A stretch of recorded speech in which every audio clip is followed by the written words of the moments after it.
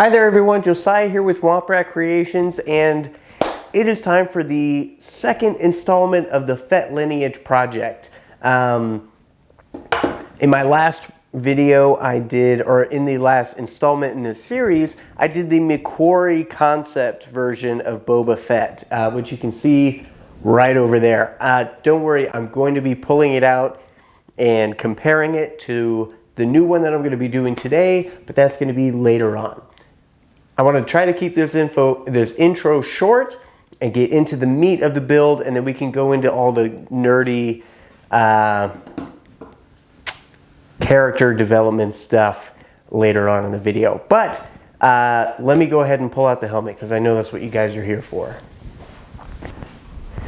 All right, so this is the beautiful casting that I'm going to be working with today. This I got from a member of the RPF whose name escapes me at the moment, but I will include a link to his post about these castings that he has down in the description so that you guys can go check it out. I will tell you, it is a fairly old post. It's from a couple years ago, and I was really worried that he was no longer offering these castings, but I was able to get a hold of him, and he was gracious enough to send me one of these beautiful kits that he has. So I don't want to get too much into the specifics of this helmet as compared to the previous one. Like I said, I want to do that one later, but I do want to tell you that like I told you in the last video, Ralph McQuarrie was responsible for this concept over here. After he did a couple of concepts that were essentially stayed pretty much like this, the task of further refining Boba Fett was passed on to Joe Johnston. Joe Johnston did a ton of work after this, and one of his sketches lands us here. Like I said, I am going to go into a full breakdown of changes between these two helmets and how we get from there to here. But I need to not do that. We're going to do that later. First thing that I need to do with this casting before I can get to any painting is the first thing you need to do with every casting is you need to clean it up a little bit. This is a beautiful kit. It has a couple pieces for a rangefinder, and this is actually a very nice casting. But I do need to cut out the T-visor, so I'm going to use my Dremel for that. Then I'm going to slap a coat of primer on here just so that I can really see the surface of this really clearly. It'll tell me if there's any little air bubbles that I need to fill. It doesn't look like it, but I want to make sure. Then after that, we can get into some paint. So let's get out my Dremel.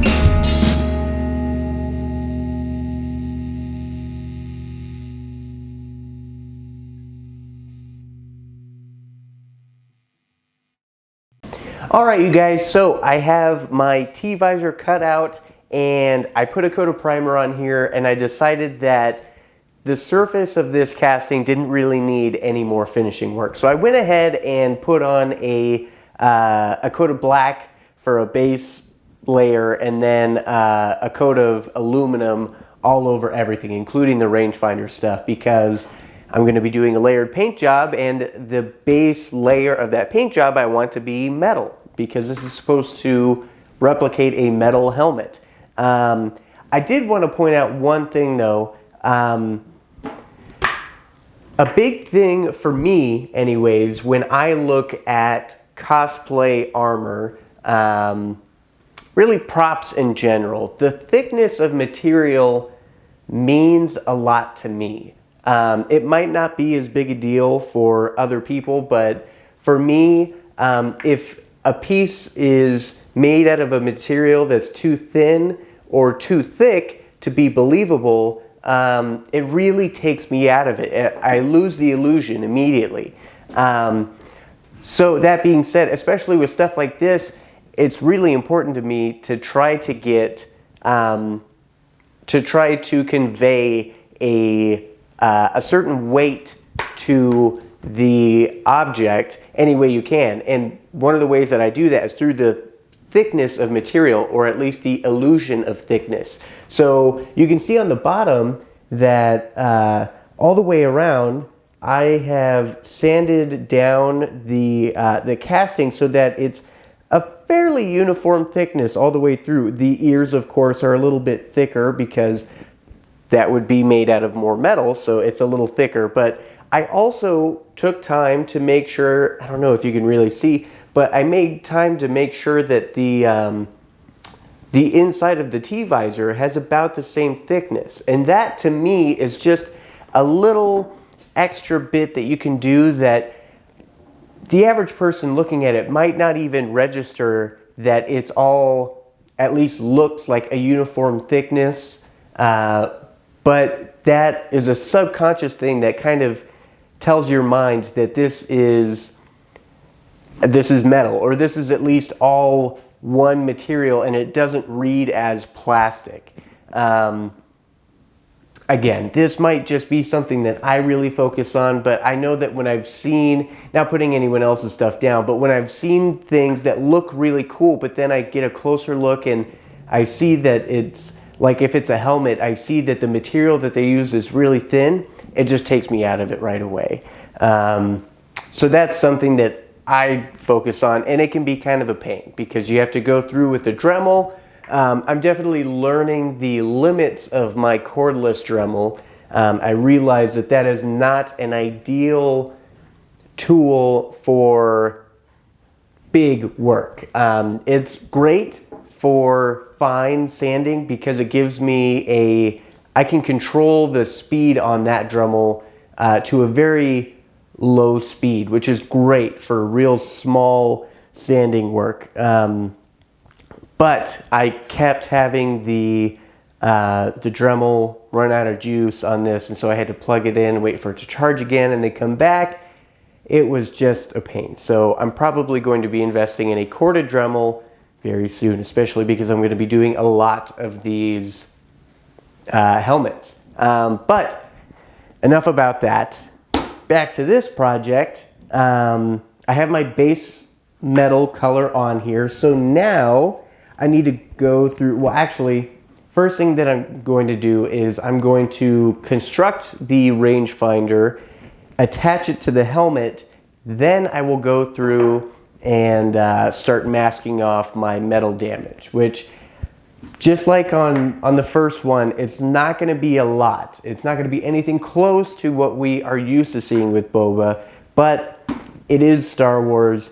I think it should be a little banged up. Plus, if it isn't banged up a little bit, you're going to lose a lot of these little details, which are really nice. I mean, this is a beautiful casting. All these details are super crisp.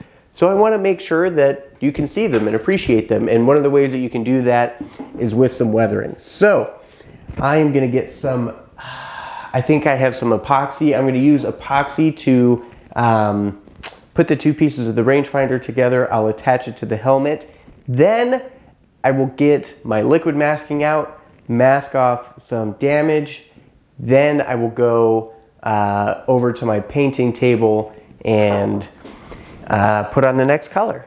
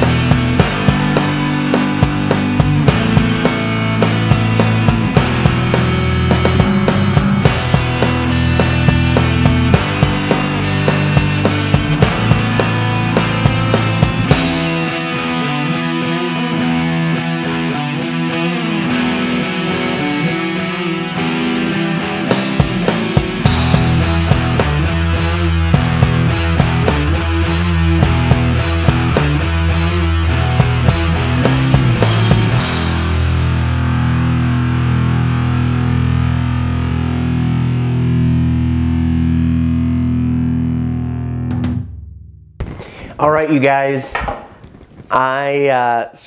You saw I masked off some damage with the silver. I put on a coat of a darker gray. I masked off a little bit of damage there. Then I followed it up with this really nice matte white paint. And the reason that it is facing away from you is because I did the thing.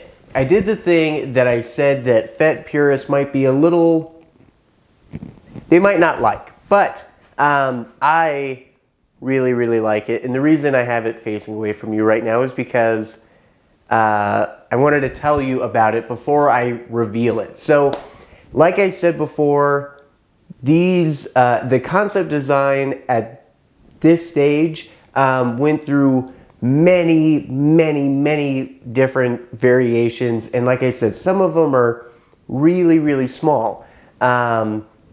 There are a couple of paintings of Boba Fett with this helmet with some markings on the front of the dome. So it still has the red triangle in the middle like McQuarrie's version, but Joe Johnston started to play around with some other designs on the dome of the helmet. And I decided to include one of those designs on this helmet just because I think it looks really, really cool And it's not on a whole lot of Boba Fett's helmet variations. It's kind of a unique thing that doesn't pop up after a certain point. So I wanted to include it in this one. And I'll show you guys. Their ears, kind of. They kind of look like bunny ears. I don't know what the original intent for those designs were. They're not any kind of lettering. They're just, I don't know what they are. But on the dented helmet, which, like I said before, is a huge resource for all things Boba Fett cosplay related, you should definitely go check them out. I'm pulling from that accumulation of knowledge very heavily for this whole Lineage project. But on there, they're commonly referred to as bunny ears. And later on, we'll kind of see them move up the helmet a little bit. But there's a few paintings that I've seen of Boba Fett with this helmet design, with these gray, or sometimes they're red, bunny ears up front. And I decided to go with the gray just because I feel like if they were red, just like the triangle, it would be a little too much red. So I decided to go with gray. But I think they look fantastic. I think they add just a...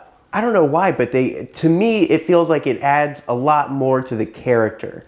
It just feels like that has some kind of maybe Mandalorian specific meaning. I dig them. I really like them. So I chose to include them on this, and I sprayed them down with my airbrush without you looking because I wanted to explain what they were before I revealed them. But basically, I just did a quick, I designed them on the computer, I cut them out on my Cricut Maker, and then I put the stencil on the helmet and used my airbrush to put them on there. But I think they look pretty sharp, and the rest of this helmet is looking really, really clean. And I'm going to change that just a little bit because, like I said with the last one, these lived only as sketches. And so I'd like to think that if these were carried on, if this design was carried on to a practical prototype or even a finished costume, it would have been banged up and made dirty a little bit. So I'm not going to go too crazy, but I think it's time to make this helmet a little dirty. And I'm actually going to leave the liquid, the masking fluid that's on there right now, I'm going to leave it on there while I make it dirty, so that once I take it off, I'm hoping that that metal base layer kind of shines through in those damaged areas just a little bit. Because if I take off the masking fluid before I do the weathering will go on top of that, which isn't a big deal, but I feel like it's going to kill the metal just a little bit, and I don't want to do that. I want to have some little peaks of shiny metal poking through. So I'm going to get to making this dirty, and for that I am going to be using my airbrush.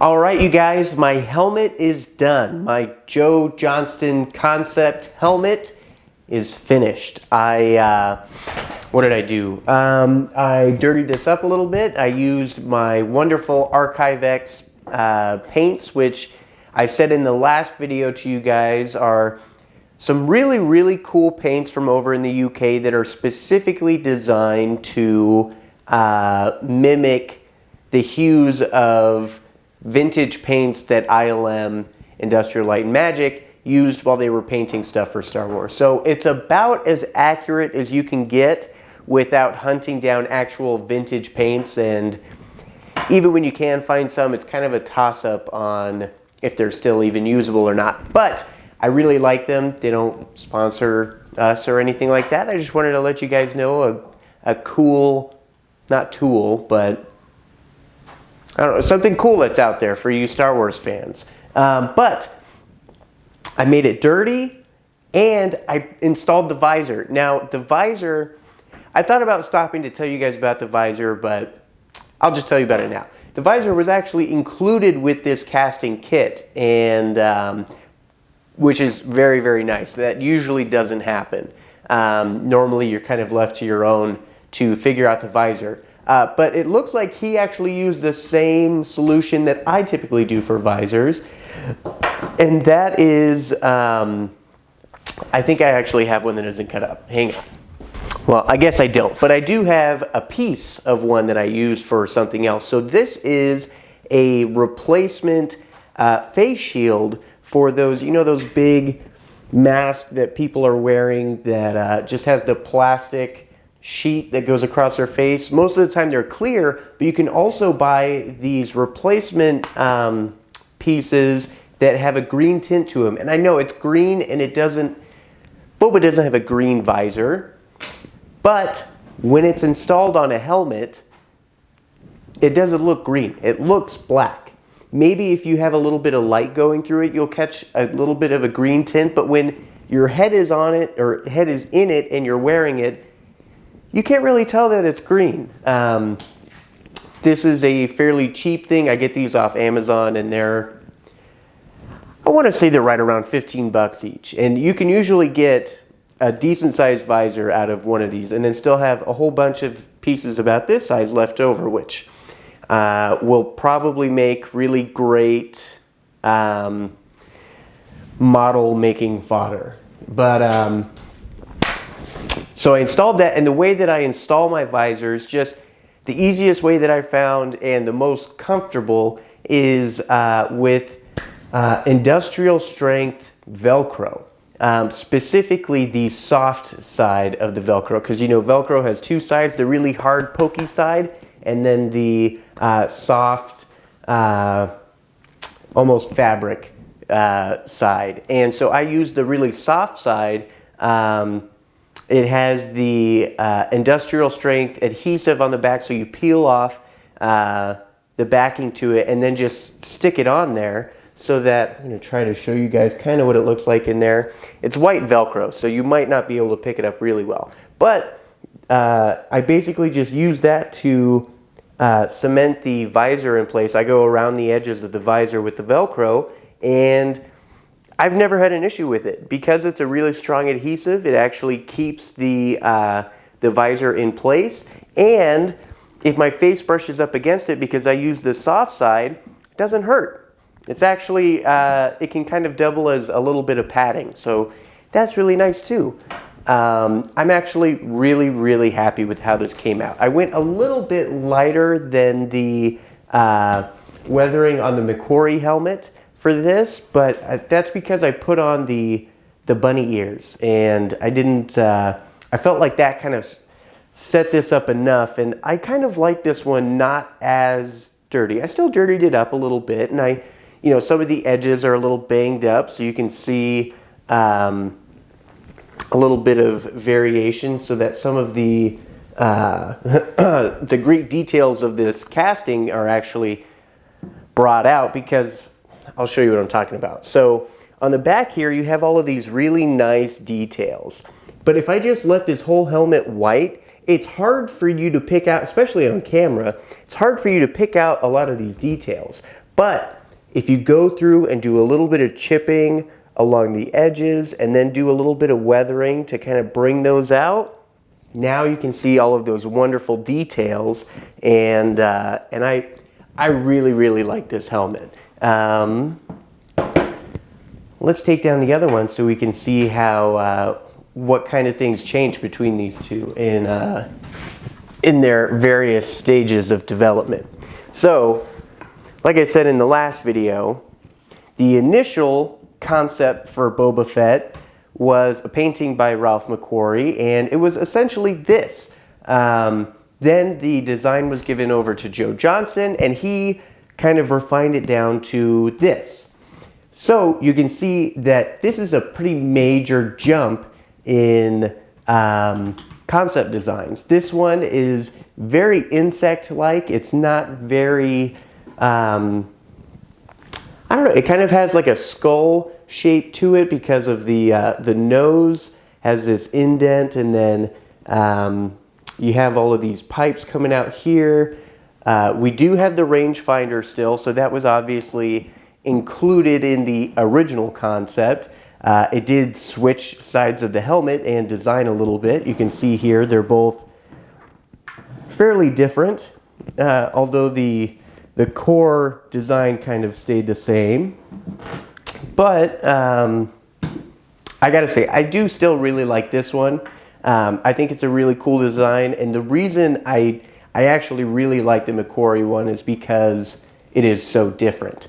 But as you can see, Joe Johnston really started to get an idea of what Boba would eventually look like when he started, when he came up with this one. You can see that this is much closer to the final stage of Boba that we end up seeing in movies than this. This is, like I said, really cool, but I'm glad we ended up getting away from this, especially with the white paint job. Maybe if more color was added to this one, it would have been a little cooler, but I still really like it. And then on the back of these helmets, let me flip these around. You can see that there is still quite a bit of detail in both, which actually ends up kind of going away later on. But like I said, with these concept designs, small little things change from sketch to sketch, and so it's, I don't know, it can be kind of challenging trying to come up with a casting off of a concept design until it gets a little more refined at least.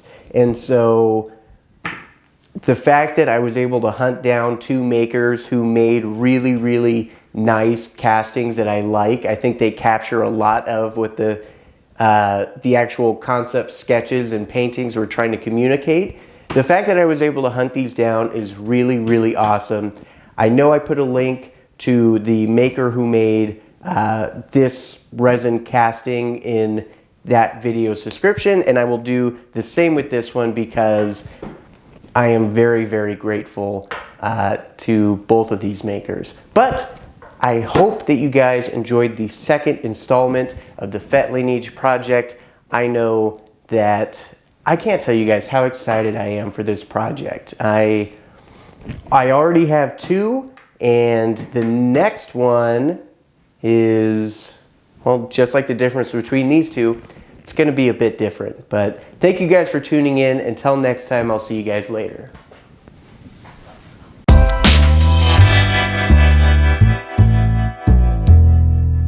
Let me ask you something. Wouldn't it be cool to be able to go and travel around a galaxy far away? I think it would be, but unfortunately, our technology does not allow us to do that yet. But you could pretend like you have. And the way you do that, I mean, what do you do when you go to visit a new place? You pick up a t-shirt that says that you were there, so you can go back home and wear it at the office and let people know that you're well-traveled.